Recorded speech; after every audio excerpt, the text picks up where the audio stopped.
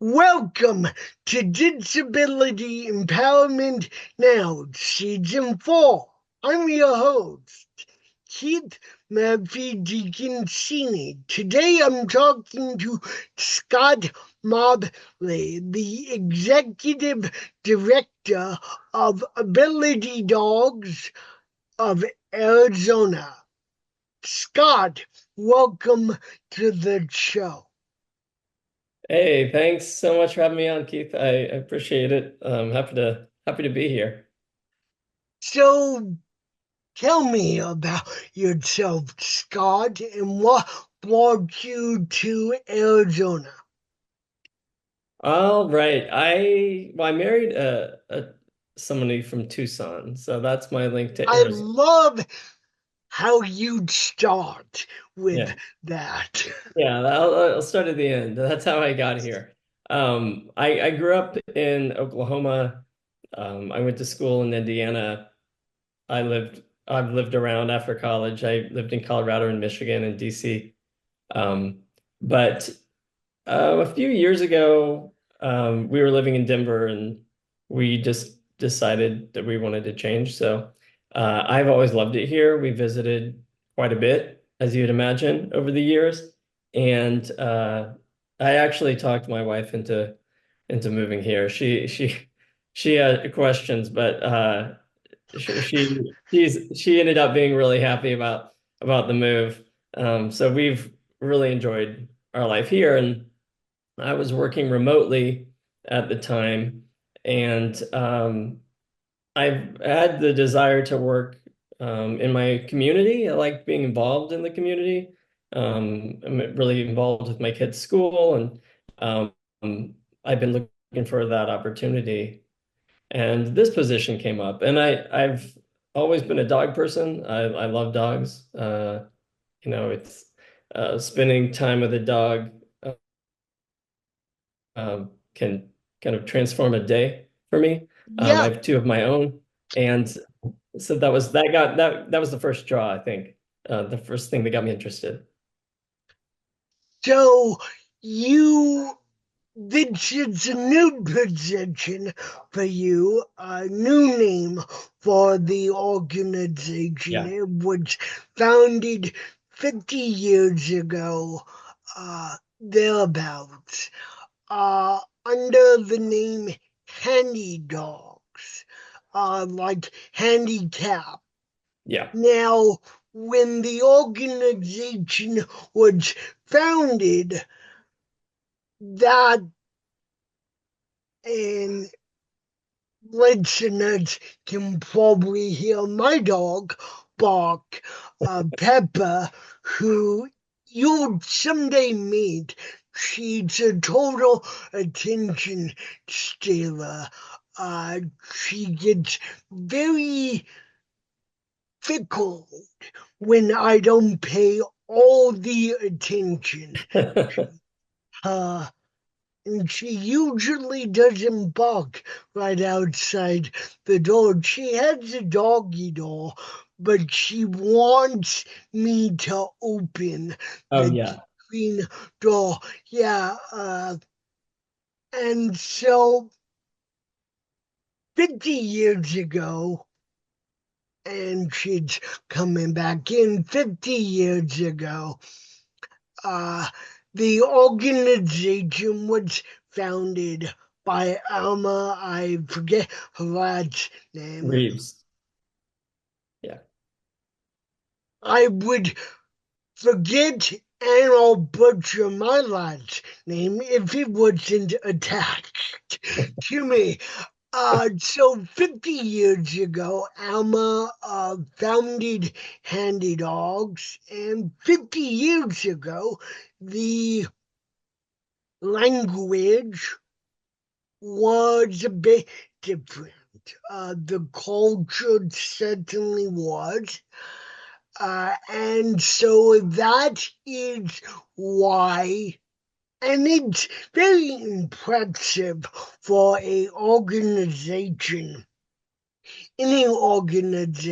to one, last that long, two, to keep the name, that they've had for 50 years, and three, and this is probably the most impressive, to have the desire to change the name after 50 years. And I know that's something the organization wrestled with for the year before we changed the name, in trying to figure out, well, how do we change it without forsaking our history? I Mm. mean, any organization, any brand, to have that, lack of a better term, staying power in the community. And it was a very bold choice for the organization. It, it must have also been a bold choice for you to come.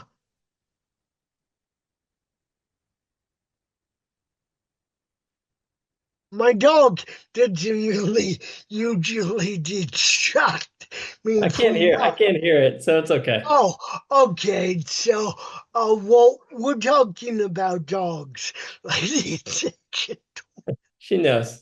Uh, so talk about how it was joining the organization in this time of transition, uh, rebirth, rebranding. You Mhm. can use whatever term you want, but I mean, first of all, I can't imagine what it is like to step in to a new job and then to step in to a new organization that is rebranding Mhm. itself. Forward thinking, but Yeah. still, it's so talk about that. First, I'll say that I think one something I was talking to someone about not that long ago is that just because Handi-Dogs isn't a great, it wasn't the right name for us in 2024 doesn't mean it wasn't a good name for us in the 70s and Oh, 80s, right? Yeah. oh, no, no. And the name, you it sounded like a very strange Yeah. name. I mean, why would that name? Why would someone pick that name? And why would that name have the staying power Yeah. to last 50 years? People were attached to it. People really, they got used to it. They liked it. And it served the organization well. But um, I think when I first saw this job, I thought everything this organization does is really interesting to me. It's really exciting. And it seemed like it was a place where there's a room for growth and change. And one of the first things I said to my wife was, I wonder if there would be, openness to changing the name. And she said, well, you can't do that on day one. You'd have to wait a while. And I said, yeah, I know. And then I went into the interview and I saw the Ability Dogs of Arizona on the wall. Yeah, And I saw, okay, they're already doing this. And so for me, yeah, it was something that I thought, okay, I'm going to want to do this eventually, just because I just know that the name sounded outdated. It was and yeah. it was confusing, and there are a few things about it that I thought it may be time to move on, and I'd want to spend some time with it and see. But it was already happening, and I'm not. averse to change at all. I get excited by things like this. So coming into it, I thought, well, it might be funny that people see me starting and then 2 months later we change our name, and think that it was, I came in and changed it on the spot. And so I've, jokingly talked about that with some of our supporters that I kind of walked in and this thing was already in motion and I just executed it. Yes, it, Yeah. it very much was in motion, and I had the same desire as you did. Although I'm not married, so no one tempered my desire. Uh, I mentioned it at my interview for the board position, and then I let it drop. And then our board chair at the time Mhm. asked me to write a essay. I actually skipped a date to be able to write the essay because, you know, it was that important. Yeah. Uh, and then the board was receptive, more receptive than I thought they would be. I expected them to kick me off the board because it was like, what?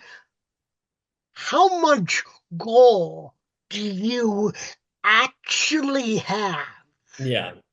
that you think we would even entertain that idea? But it took us a year. We, we really covered all of our bases. Yeah. And we went through, we workshopped like 200 I've seen the list. variation. I've seen the list. It's Yeah, I extensive. mean, it's incredible. Yeah. Uh, None of those things would have worked, and but I was very surprised that a organization, because this isn't 5 or 10 years in, this is 50 years. Yeah. And it, so I'm glad we both had that same desire. How are you finding the job?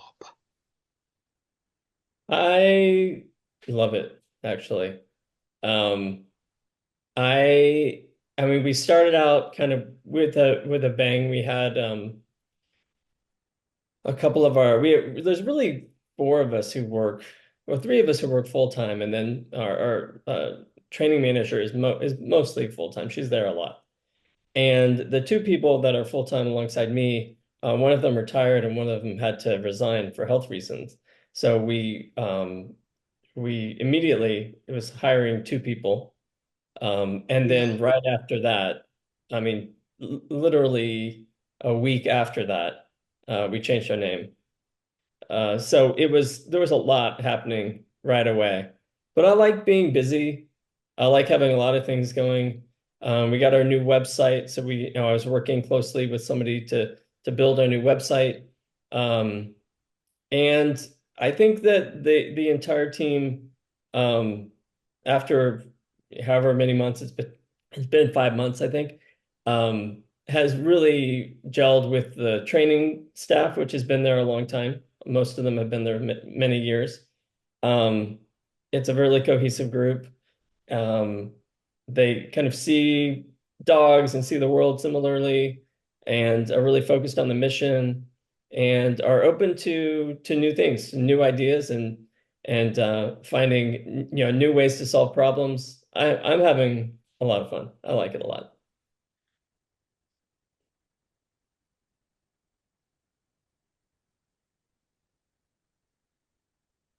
Trying to think of the next question because you said a lot, and it's what's your experience with service dogs previous position? None, none at all. So I came in. I have understanding. I mean, I've had dogs my whole life, so I love dogs. I've learned how badly I've personally trained my dogs by being around our instructors, and I wish I could redo a few things.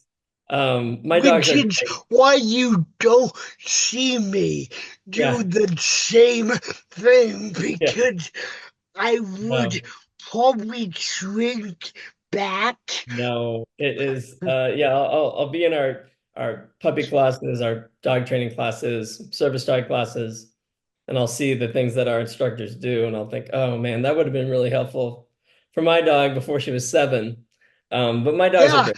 My dogs are great. They're not service dogs. They're good pets. They're yeah. mostly, yeah. I probably could have helped them be a little bit better behaved around other dogs if I had known our instructors then. But yeah, I knew a lot. I knew quite a bit about dogs, but not as much as I thought I knew. And my background, I studied my master's is in counseling. And so I like the idea of being in a working for an organization that's meeting such a profound need and helping people. And that was something that I was looking for. I wanted to work for an organization that I felt proud to tell people about, friends, strangers, family, whoever. And this met that. I knew coming in that one thing I really liked about the program, I guess I should say, is that the way that it works creates a lot of community and opportunity for interaction. And I saw immediately some people who were in the program together and were friends, were close, had gotten close. And I knew that there's a loneliness epidemic in the general population, and it can be particularly profound for people with disabilities. And so I thought, wow, that's a really cool thing. They're not just training dogs to help people with these tasks, which is amazing to see, but they're also creating a community and helping people connect. Which I think was a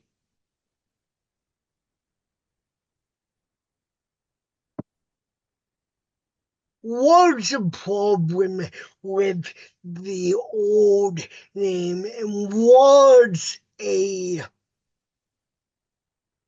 something that I wanted to shift from is that Handi-Dogs, you can forget the term handy for a second. Mhm. Oh, you just train dogs to help Yeah. people. No, Yeah. no, it's no. And that's why I really liked the word ability in front of dog Mhm. because it fostered that connection. Mhm. And it's very evident, and I've not yet seen a class, but I hear about them a lot because I'm on the board, and I can safely say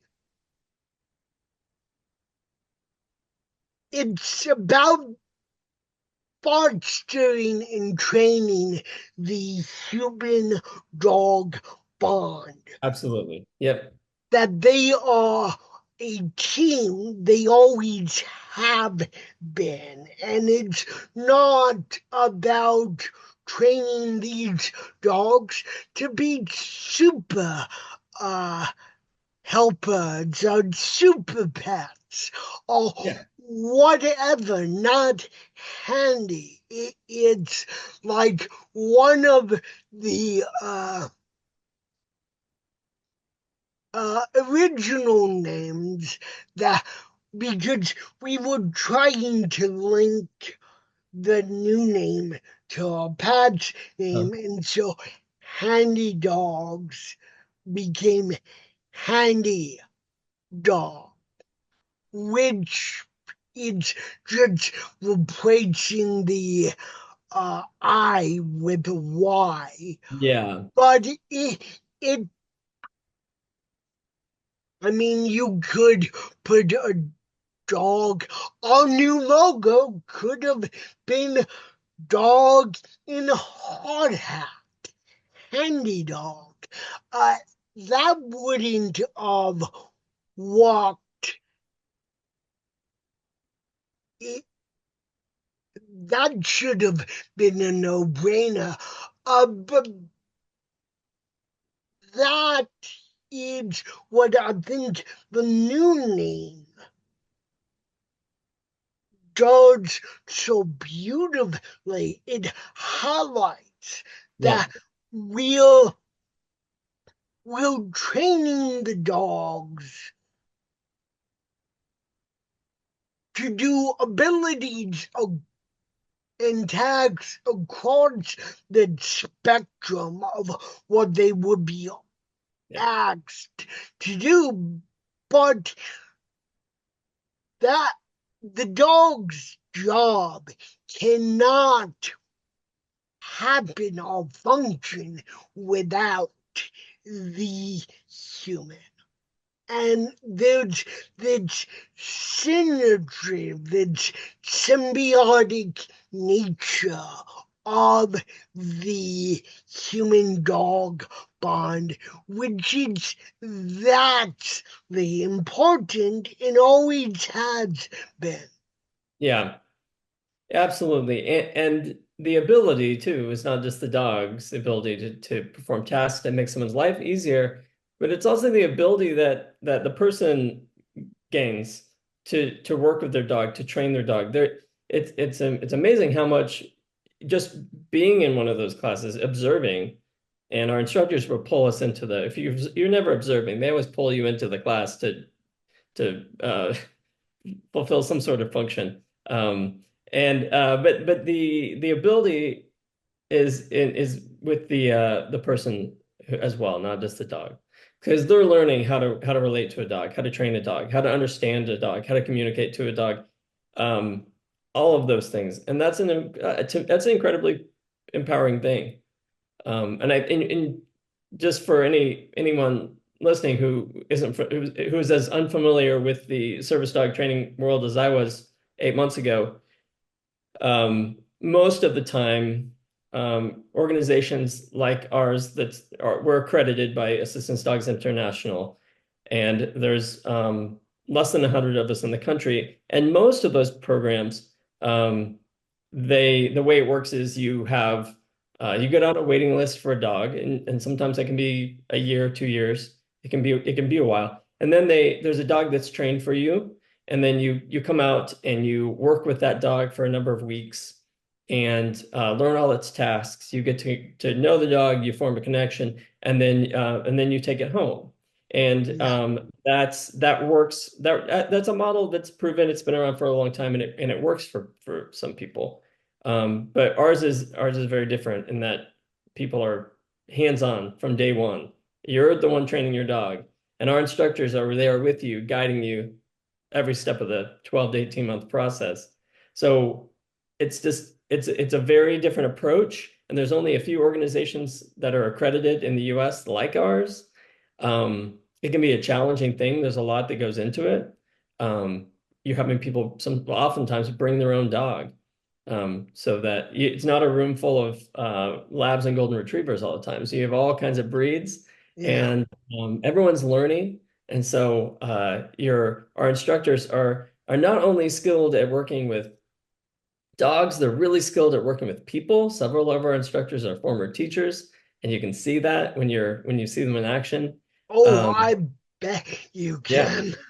yeah. And so our instructors amaze me because of that ability to not only train for these tasks that seem impossible. Some of the things these dogs do, it's hard to even believe until you're around it long enough and then you get used to it. But not only do they do that, and they could work in a kennel, they could train these dogs themselves and deliver them. They could definitely do that. But they're also helping people learn skills that they can use, throughout the life of that dog and throughout any other dog, with any other dog that they have. It's an amazing thing to see, really. Yeah, it's all about fostering that bond Yeah. from day one because that bond is so very critical. It makes or breaks the function of a service dog. Hmm. When when most people think or hear of savage dogs, they think, rightly so, of senile dogs. Uh, but ability dogs of southern Arizona or of Arizona uh, doesn't do that. Talk I know why, but talk about why that is.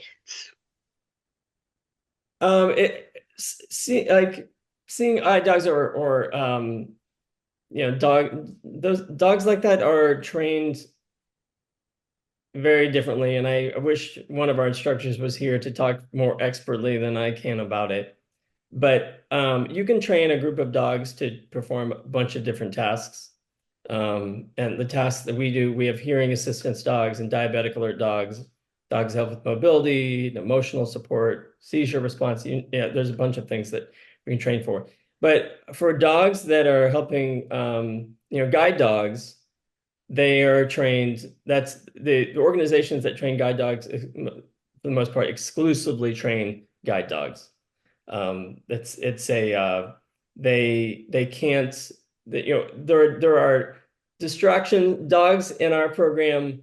Um, I don't want to speak out of turn and say too much because I don't fully understand that difference in that. Well, I just said seen eye dog instead of guide dog, so Yeah.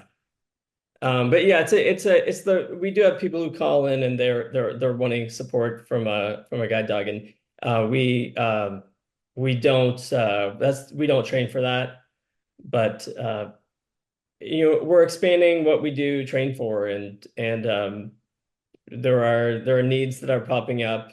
I was reading the other day about dogs training for celiac and detecting gluten in foods. My daughter has celiac, and so I thought, well, that would be that's interesting. We haven't done yeah. that before, but it's something that potentially we could. There's a lot of things that you can train for, but I do know that if you look at the ADI organizations like ours, the guide dogs are their own thing, and that those dogs I don't want to say they're held to a higher standard, but it's a very different standard. And there are dogs that make great service dogs, puppies that are evaluated that are evaluated to be suitable for service work, but not to be guide dogs. And so, there have been cases where we've actually gotten dogs from organizations that where the puppy wasn't suitable for to be a guide dog, but was to be a service dog for us. Wow. Wow, that's interesting. So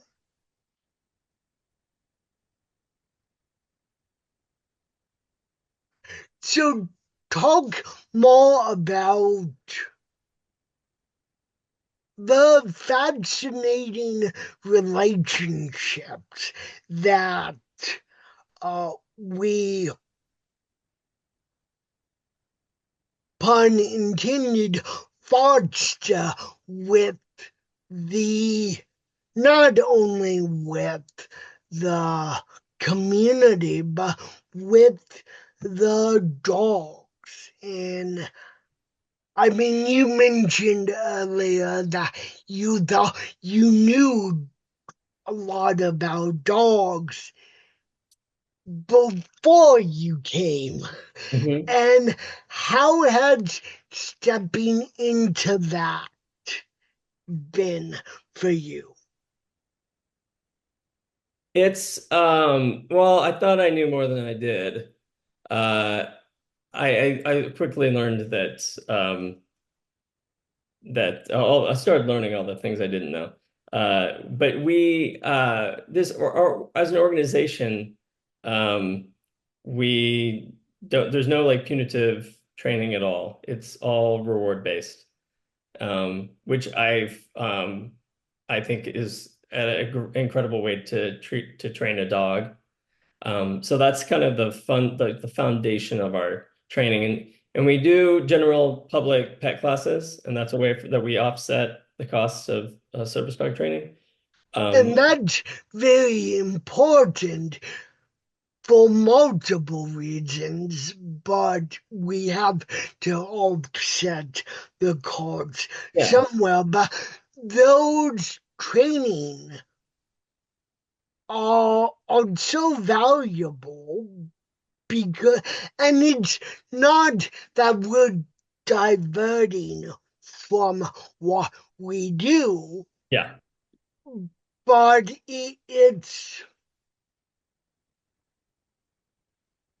you mentioned before, some dogs aren't suitable for be like my dog Pepper, who I just adore, but she's a rescue dog. I got yeah, her when she was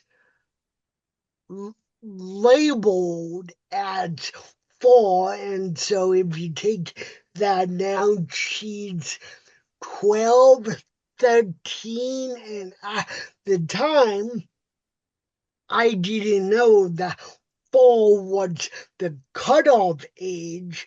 But when you inherit a dog who has been rehomed several times and has trauma of her own, that's not a really good yeah. match for a dog. Now, if you were to tell her that she would protect, because she wants to follow me everywhere. But some dogs are just happy being pets. Other dogs can be savage dogs. And It's there's a lot that goes into it. So everybody, I mean, most people who come with their dog to have it evaluated, I think most of them, if they're doing that, they feel pretty confident that their dog is suitable for service work. But we're particular about who we allow into the pro what dogs we allow into the program, just because we don't want anybody to get into this program and invest their time, energy, money, and have their dog not certified. It's if we want that to be very, very rare. So we my dog, that's good. That's very, very good because although I'm certainly not gonna name names, I assume they're all the programs that don't have that angle of. they're very well could be, but that's a big part of our program is making sure that dogs who get in that our instructors our lead instructor, Pam in particular, certain that this dog has what it takes. Now, does that mean that the dog 100% will pass? Not necessarily. We have to have 100% investment from the person wanting to train the dog. They have to be really motivated to do this and do the work at home as well as with our instructors. But getting a dog into the program that qualifies is a huge step. And my dogs are like yours. Like they couldn't do service work. There's too many things. I mean, there's the temperament of the dog. They need to be dog friendly and people friendly, but not too dog friendly. You don't want them overexcited by every dog Yeah. that they. So there's that, and then depending on the task, there's size. So if a dog's needed for mobility, they can't, a little terrier, won't work, and you'll need a big dog. So sometimes that plays a factor, making sure that's the right dog. The age too, because our program can take 18 months, we don't dogs that are 4 years old or older generally aren't allowed into the program just because um, you want them to have you want people who go through this process to have a dog for as long as possible, Yes. not turning around Yes. and their dog retires and they have to go through this process again. So we do find that labs and golden retrievers are best suited for the program, but there's amazing dogs of all breeds that you'll see in our training room.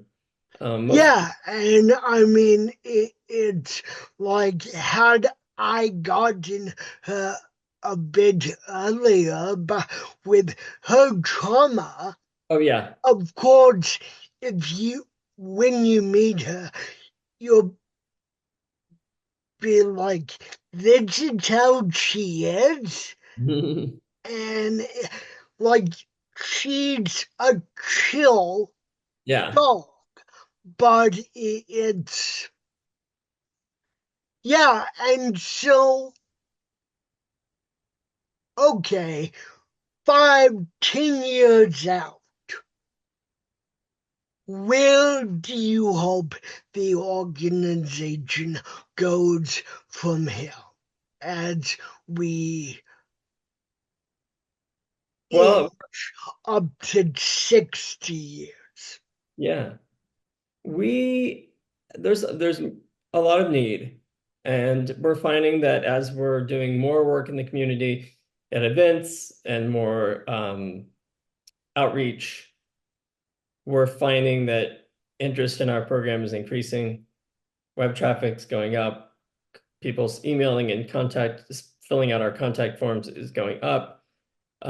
People have a lot of questions about service dogs and how they can, how they can apply and how they can get involved.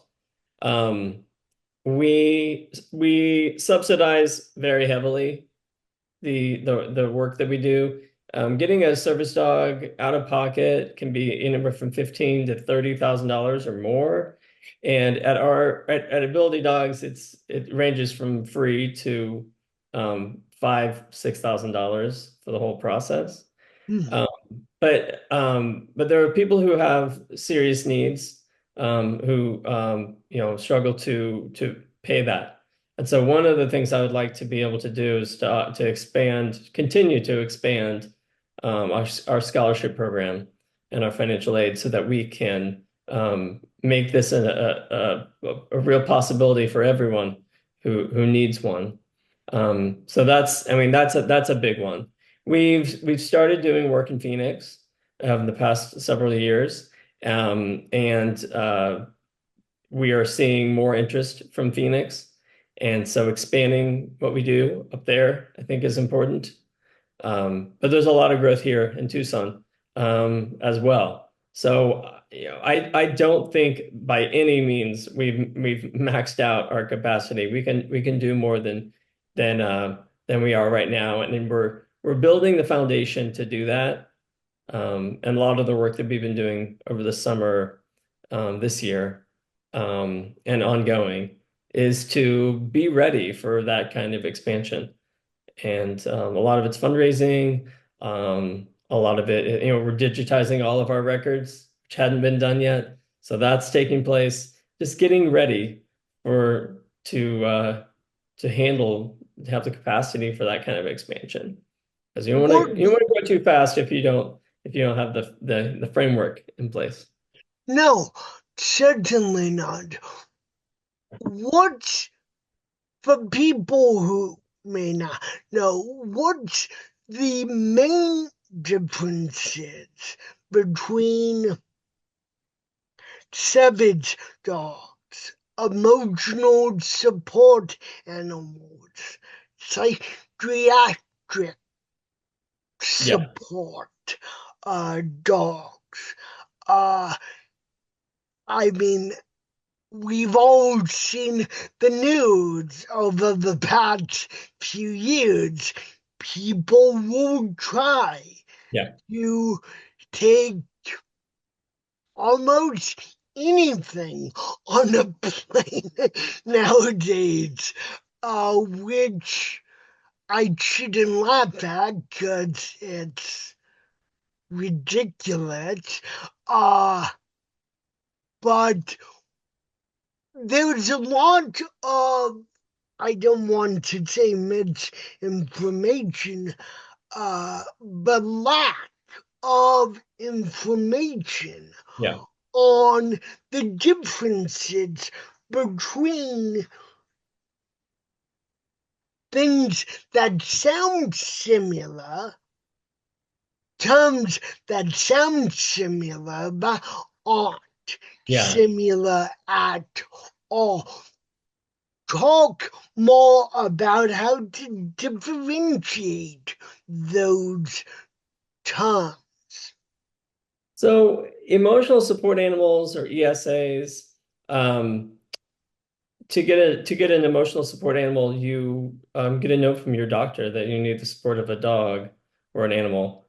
And then one helpful thing about that is that you can give that note to your landlord. Let's say you have an apartment and that has a no dog policy, you can potentially have a dog there or not pay a that the monthly fee for a dog. But really, there's not a lot of there aren't really standards for that.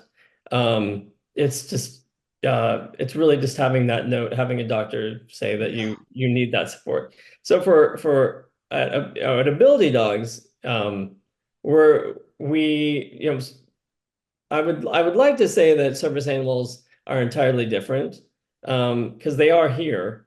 But I mean, there are you can go get a service dog in a short matter of time or at other places around here.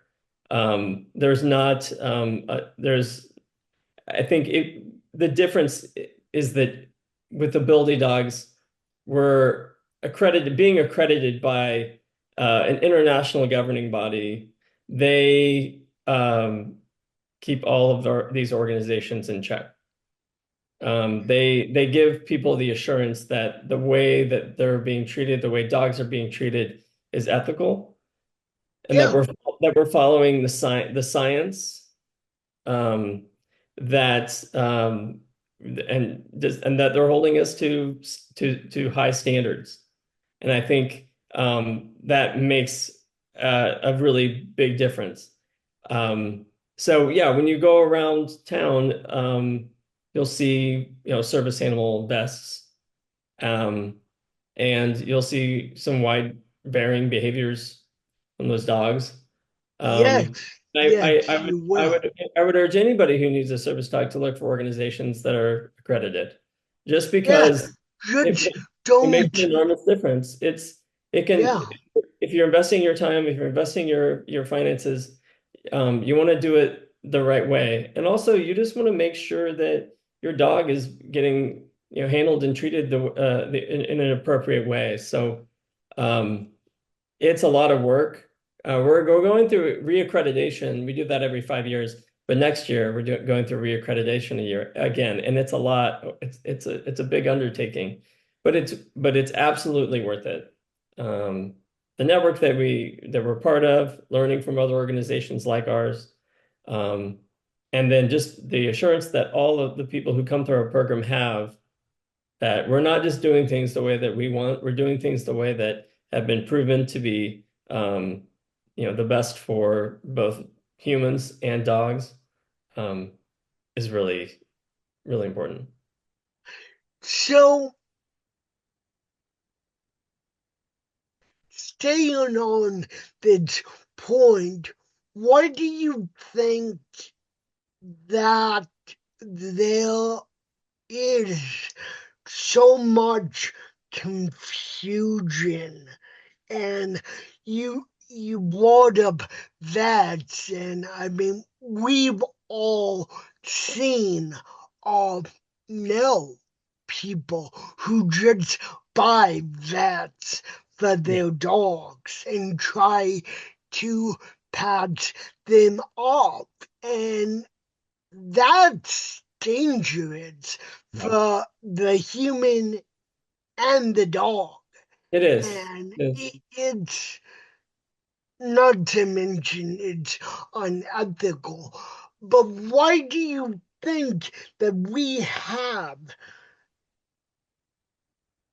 this problem of confusing terminologies and trying to pass all animals as something that they're not?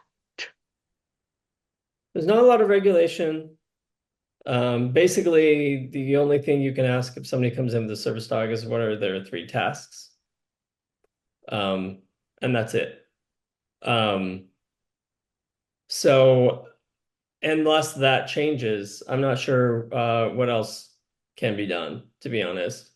I would hope that better education of the public about like what you said, the safety of the person and the dog, um, and about the value of accreditation, I think is really important. Um, but yeah, you're absolutely right. There's not a lot of oversight of this. People can buy a vest and put it on their dog and take it, wherever they want. We have people who contact us, from companies who want to know, who are frustrated by this, and we try to explain to them what we do, and the difference there, and make sure that they know that that's not representative of all service dogs. There's a lot of organizations who do this the right way. There are you can't fly internationally now to many countries without an ADI trained dog. One of those countries is Australia, and we get calls from people saying, "Hey, I can't get into Australia. Um, can you certify my dog for me?" And we invite them to potentially join our program and do at least 6 months of training to reach certification. We haven't had any of them take us up on that offer yet. But the airlines and countries are taking steps to kind of curb the flights with service dogs, like you're saying. But that's more international than domestic, Yeah. and that's helpful.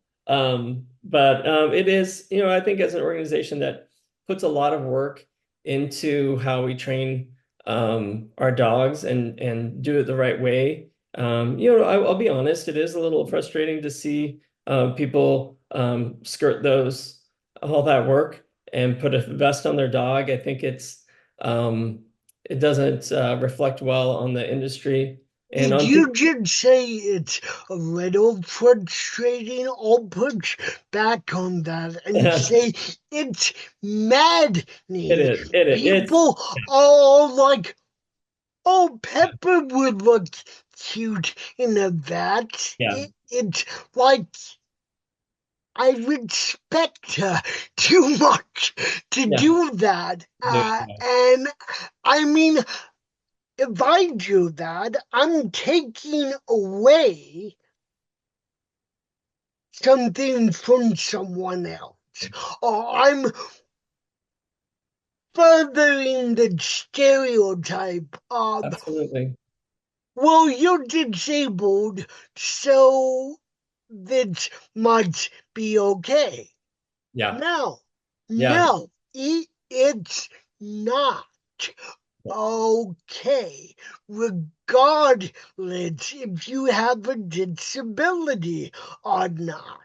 Yeah. Pepper would love to follow me everywhere. She would love to follow me to ability dogs or to go out drinking with us. We'll talk about that off the air. That's a joke. But Yeah, you're right. that's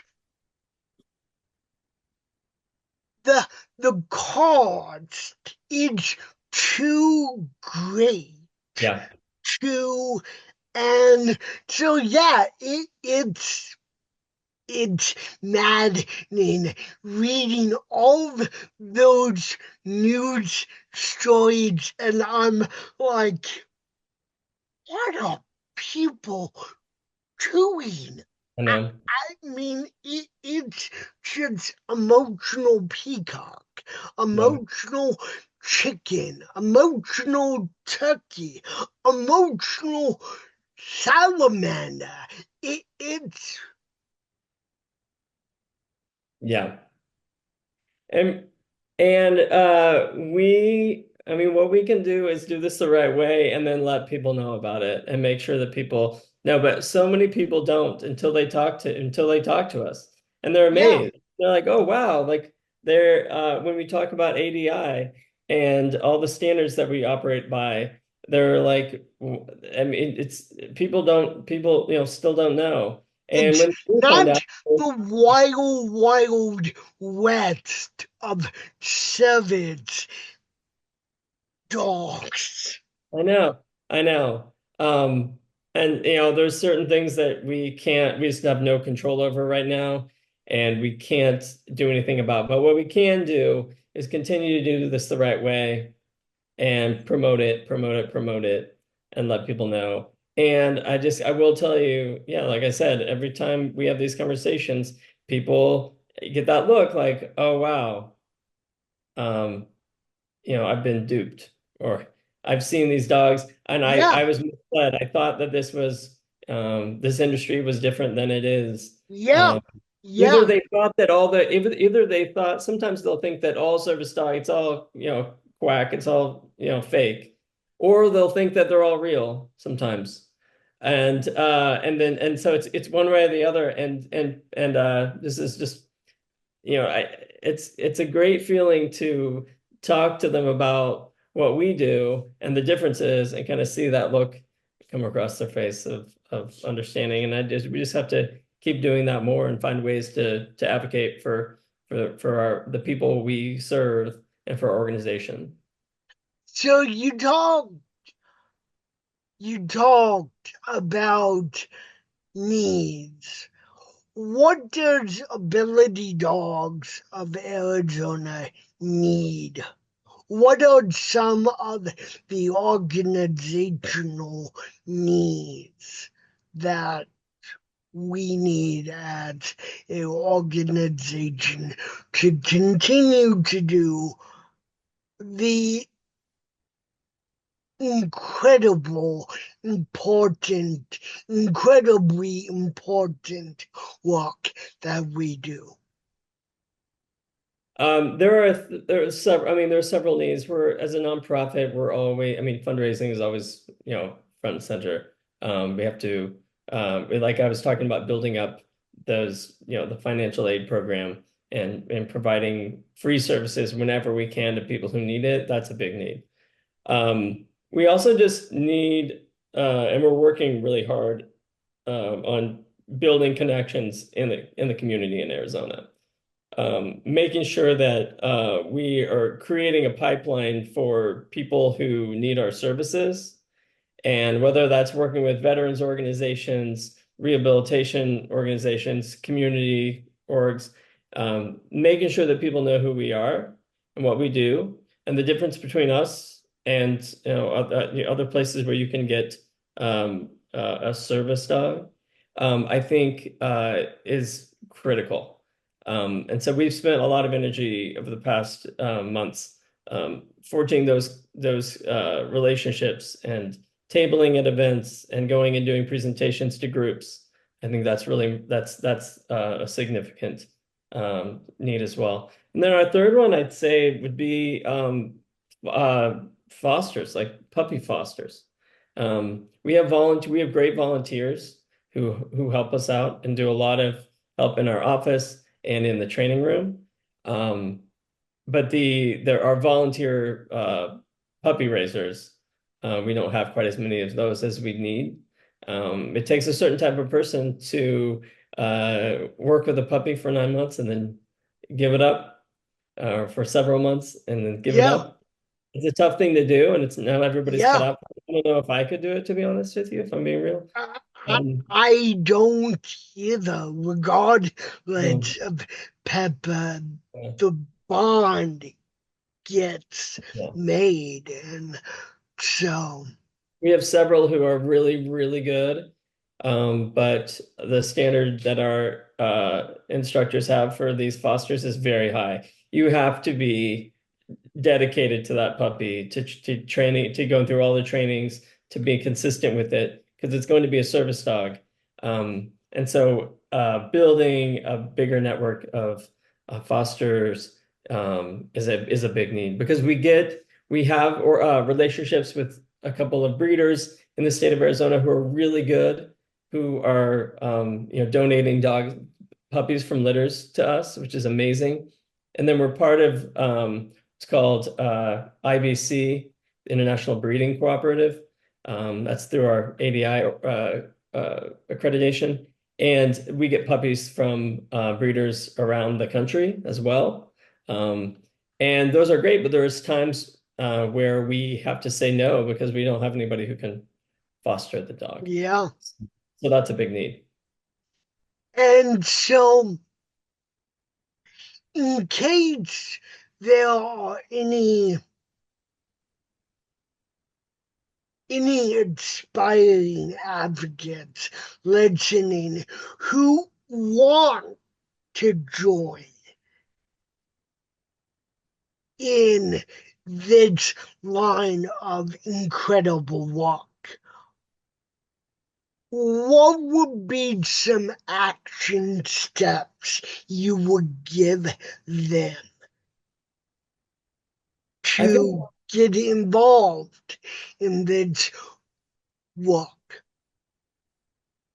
to get involved with ability dogs in particular, or just in the service dog world? Just in the savage dog world in particular, because we've we've talked a lot about the misconceptions and Yeah. how people will assume that either will cracks or that all savage dogs are really. And there had to be a correct Yeah. median in, and so I think that visiting Assistance Dogs International, their website, is a great place to start. You can learn about the differences and why it matters. And it's a great resource to learn about those differences. I think that's a great place to start. If you're going to advocate for service dog training being done the right way, that's a great resource. Also, you can reach out to us. We have people who are happy to talk about this stuff. We're abilitydogsaz.org. And whether it's me or other people in our office, um, we love talking about this kind of stuff. And it's really important to us. So anybody who cares about this, who wants to learn more, wants to advocate for service dogs, if you're one of the things they have on the ADI website is a map of organizations worldwide that are accredited. And so if you're in, LA or Minneapolis or DC or wherever, you can see what organizations in your area are accredited. And I can tell you if they're an accredited organization, they've done the work. There's a lot that goes into it, and you can be confident that they're doing things the right way. There's lots of places to train dogs. There's lots of organizations that are not accredited because there's a lot that goes into it, and you have to adjust the way that you operate in order to earn accreditation. And I think I would say if you want to find service dog training places in your geographical area, that's a great place to start. And then reach out to them and find out from them what they need. I would love to see um, all of the ADI organizations raised, um, and I think that helps all of us, I think.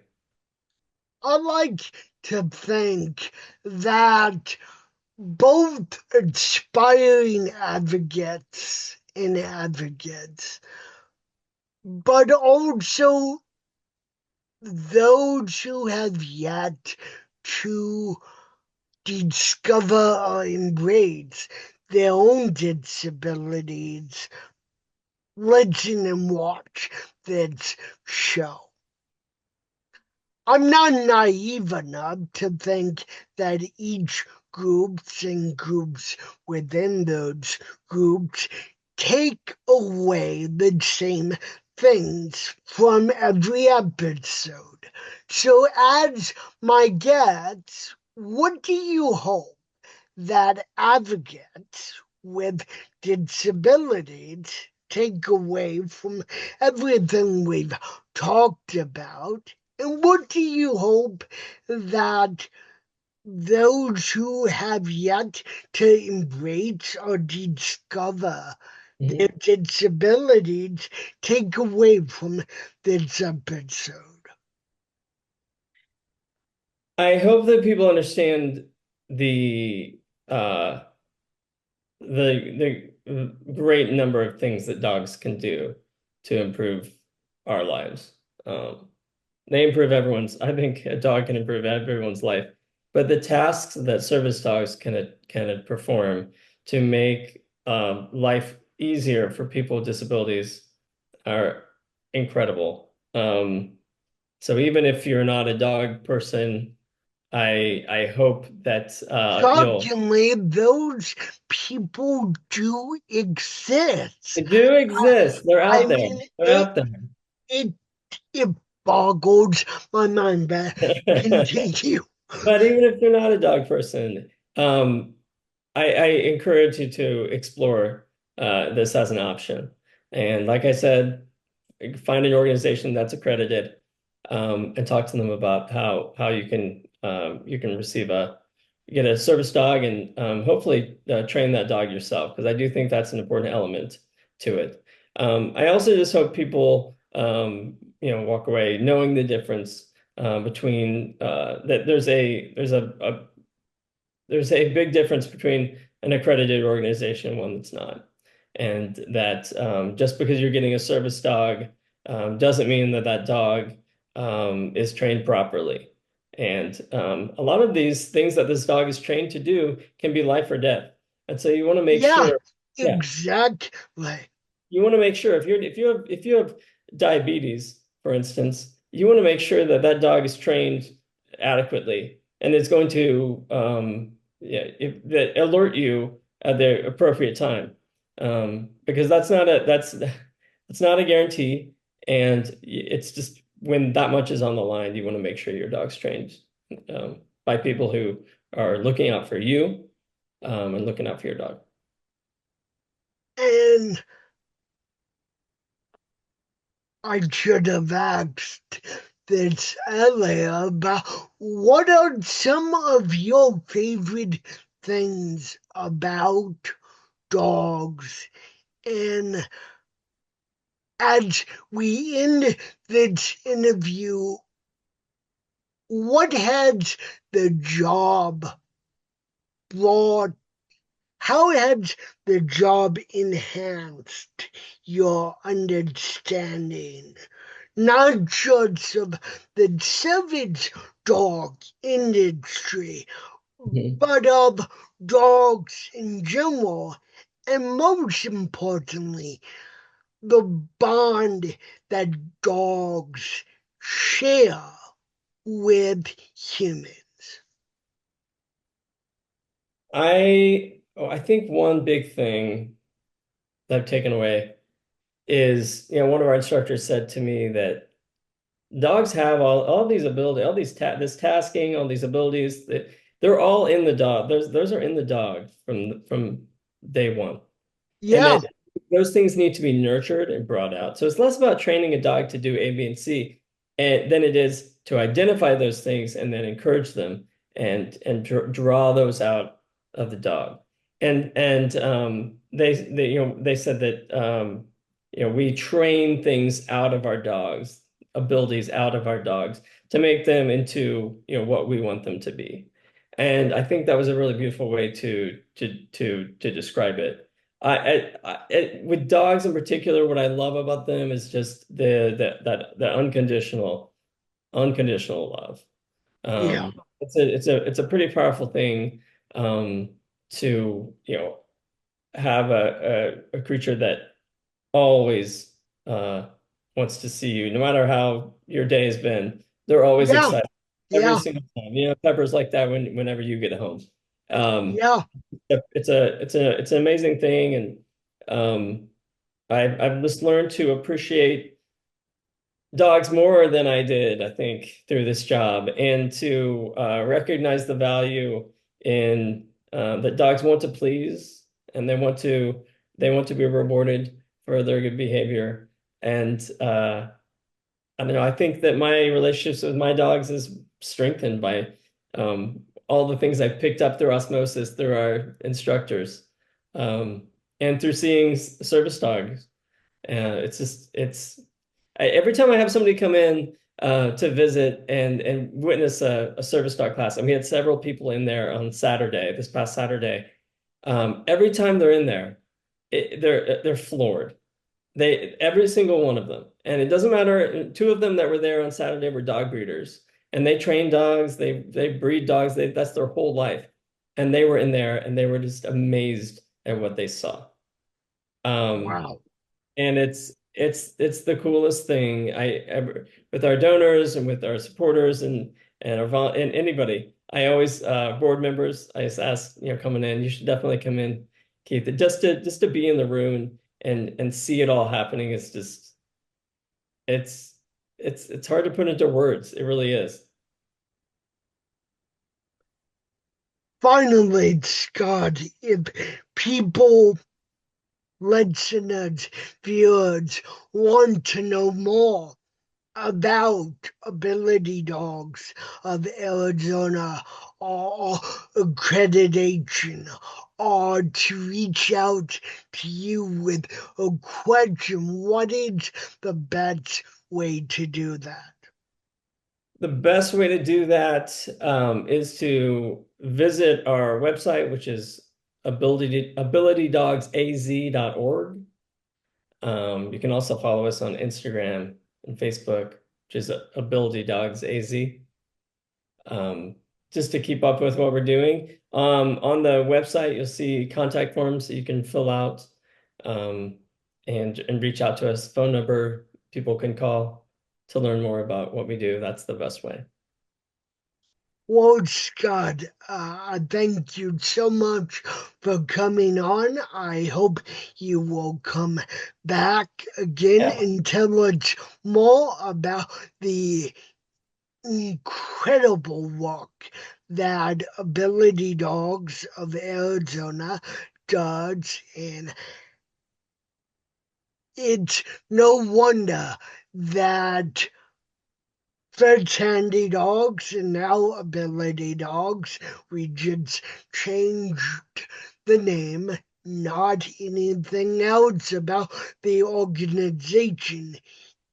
It is no wonder why all organizations have has lasted 50 years as a incredible important part of this community. And here's to 50 more, hopefully under your leadership. Oh, thanks a lot, Keith. I've never been on a podcast before, so this is my first. So thanks for that opportunity. Yeah, I'd love to come back and talk, and I'll know more then. And we're evolving and changing, so there's going to be new things to talk about. Um, I would love to. So yeah, thanks again for the opportunity. Oh, see you soon, my friend. All right, Bye. bye bye.